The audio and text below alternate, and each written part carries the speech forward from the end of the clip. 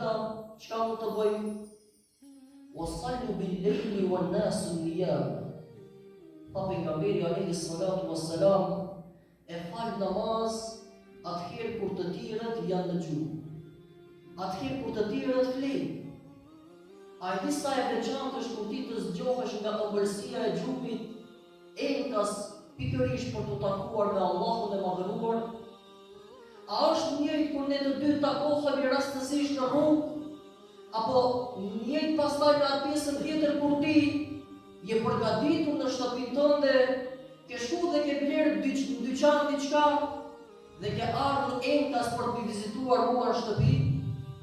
Pra ai takimi aty në rrugë që mund të ndodhë krejt rastësisht dhe takimi që ti enkas pra je përgatitur për të ardhur të vizitosh mua, këto dy takime a janë njëjtë? Jo, si janë njëjtë. Sepse ky i dyti tregon vlerësi, ky i dyti tregon respekt, ke ardhur enkas për të vizituar, ke ardhur enkas për të shikuar, ke ardhur enkas për të ndarë në një breg me mua, ke ardhur enkas sepse ke marrë vesh që jam i sëmurë ma largove gjysmën e të keqës. Pra ky takim me atë në rrugë nuk është i njëjti. E pra nuk është i njëjtë kur ti mund të thuash Zot më fal, dhe kur ti përgatitesh pikërisht që të arrish në nivelin e lartë të kësaj fjale. Wasallu bil-lejli wan-nasu niyam. Qohuni dhe falni namaz natë kur të tjerët janë në gjumë. Pse?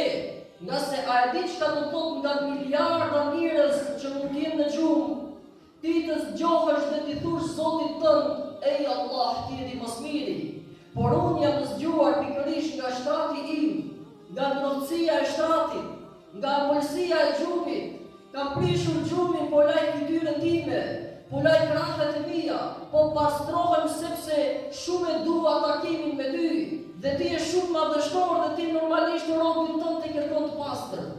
Dhe unë kretë këtë përgatitje e bëj sepse dua të takohem me ty në mesnatë, kur shumë të tjerë janë në gjumë.